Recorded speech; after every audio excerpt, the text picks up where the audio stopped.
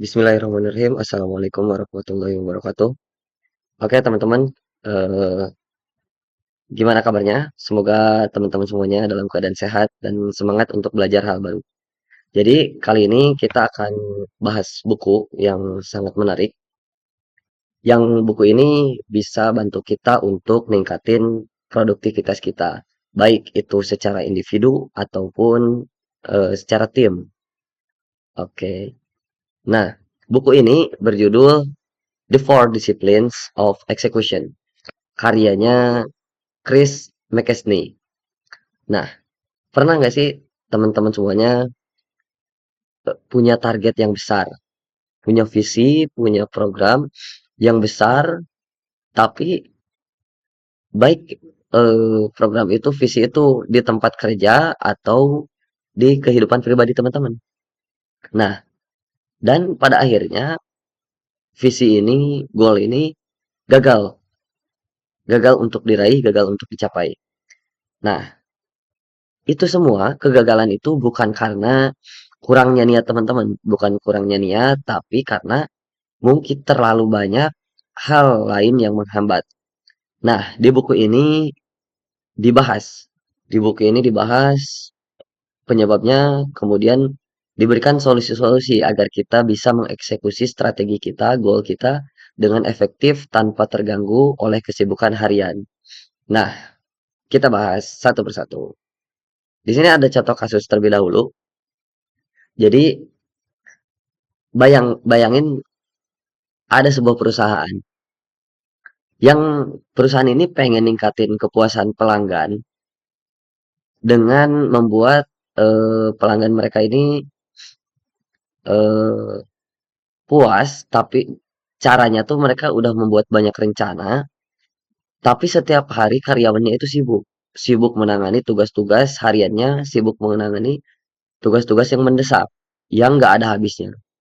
Sedangkan perusahaan ini di awal tadi punya target yang besar, punya goal untuk ningkatin kepuasan pelanggannya. Nah, karena karyawannya ini sibuk menangani tugas-tugas yang mendesak tadi, akibatnya target utama perusahaan ini malah terbengkalai. Apa ini pernah terjadi juga di kehidupan teman-teman atau di perusahaan tempat kerja teman-teman? Nah, di buku ini kita bahas strategi-strategi cara mengatasinya. Yang pertama, yang pertama adalah fokus mencapai target yang besar atau disebut wildly important goals. Nah, fokus utama perusahaan itu harus diarahkan pada wildly important goals. Tujuan yang emang benar-benar memberikan dampak yang besar. Untuk menentukannya, jangan hanya bertanya apa yang paling penting, tapi tanyakan bagian mana, cara seperti apa, strategi yang mana, yang apabila itu diubah, yang apabila itu dilakukan, itu bisa memberikan dampak yang paling besar bagi perusahaan. Nah, agar lebih efektif, jumlah wildly important goals ini tidak boleh terlalu banyak. Cukup satu atau dua, maksimal dua tujuan utama. Agar agar energi yang digunakan itu fokus, fokus dan tim tidak terpecah seperti itu. Nah, coba teman-teman pikirkan lagi apa satu hal yang jika dilakukan dengan baik untuk teman-teman ataupun untuk perusahaan tempat kerja teman-teman, itu akan memberikan perubahan yang cukup besar. Nah, itu. Kemudian yang kedua, mengukur hal yang tepat. Nah, sebuah target tanpa ada pengukuran yang jelas, itu hanya akan menjadi angan-angan. Jadi, oleh karena itu penting untuk kita memiliki sistem pengukuran yang tepat. Nah, di sini dicontohkan dengan leg measures dan lead measures. Apa itu leg measures? Jadi leg measures itu hasil dari sesuatu yang sudah atau yang ingin dicapai. Jadi hasilnya. Nah, biasanya hasil ini sudah terjadi atau bisa dievaluasi. Sedangkan lead measures itu aktivitas yang bisa dilakukan untuk mempengaruhi hasil yang diinginkan tersebut. Nah, sebagai contoh, misal di perjalanan mobil teman-teman tiba-tiba mogok. Nah, mogok ini, mobil mogok ini disebut leg measures karena ini hasilnya ini sudah terjadi dan ini bisa dievaluasi. Nah, bagaimana eh, caranya? Jadi untuk menghindarinya teman-teman bisa melakukan servis rutin, pengecekan berkala. Nah, itu yang disebut dengan lead measures. Jadi aktivitas yang bisa dilakukan untuk mempengaruhi hasil atau mempengaruhi leg measures tersebut. Atau contoh lain misalkan kalau teman-teman pengen ningkatin penjualan.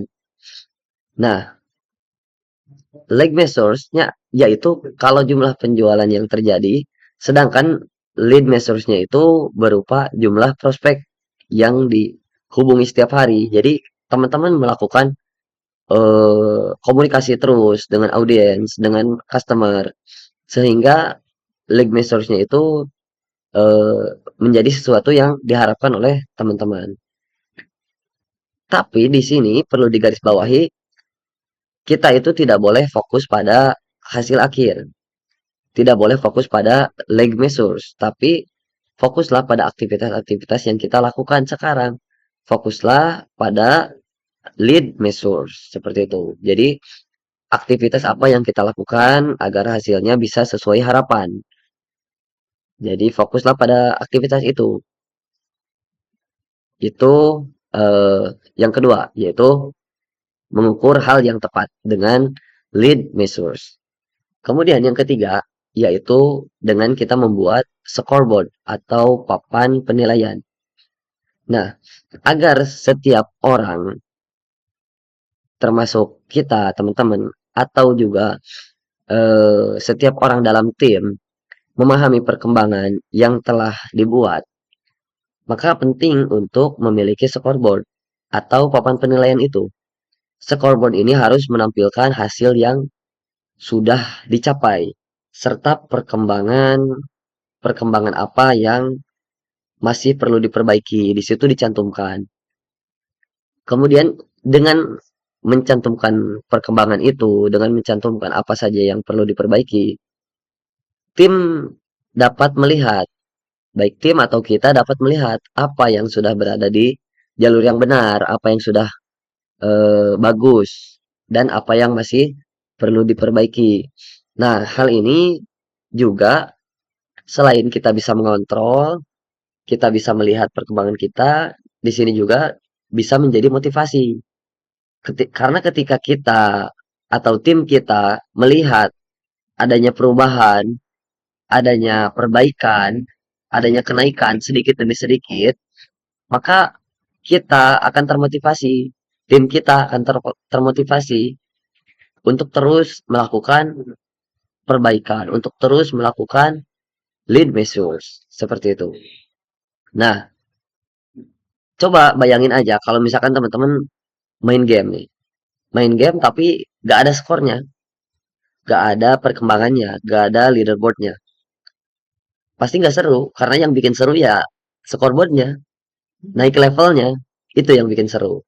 Nah, dalam kehidupan pun, dalam pekerjaan pun, di perusahaan itu sama. Kita butuh scoreboard agar tahu apakah kita sudah semakin dekat dengan target atau masih jauh. Nah, kemudian yang keempat, itu adalah kerja dengan tanggung jawab atau akuntabilitas. Tanggung jawab dalam eksekusi atau strategi itu sangat penting. Salah satu caranya untuk mengukur atau me, apa, mengevaluasi tanggung jawab ini adalah dengan mengadakan pertemuan yang membahas tiga hal utama yang paling penting. Yaitu yang pertama, menyesuaikan komitmen yang telah dibuat di minggu lalu, kemudian mereview atau mengevaluasi kinerja berdasarkan scoreboard yang telah dibuat tadi, kemudian juga membuat rencana untuk minggu depan atau untuk bulan depan seperti itu. Jadi pertemuan ini akan menciptakan tekanan sosial yang positif bagi kita ataupun bagi tim kita karena mereka akan merasa bertanggung jawab kepada tugas-tugasnya. Kinerja kita akan terlihat dengan evaluasi mingguan ini. Nah, jadi tekanan ini bukan suatu hal yang negatif. Justru tekanan ini menjadi motivasi agar setiap individu bekerja dengan maksimal dan tetap fokus pada tujuan jangka panjang. Nah, jadi kesimpulannya kalau kita pengen mencapai target yang besar, kita punya goal yang besar, kita harus fokus pada hal yang benar-benar penting, mengukur hal yang tepat dengan membuat scoreboard dan bekerja dengan tanggung jawab.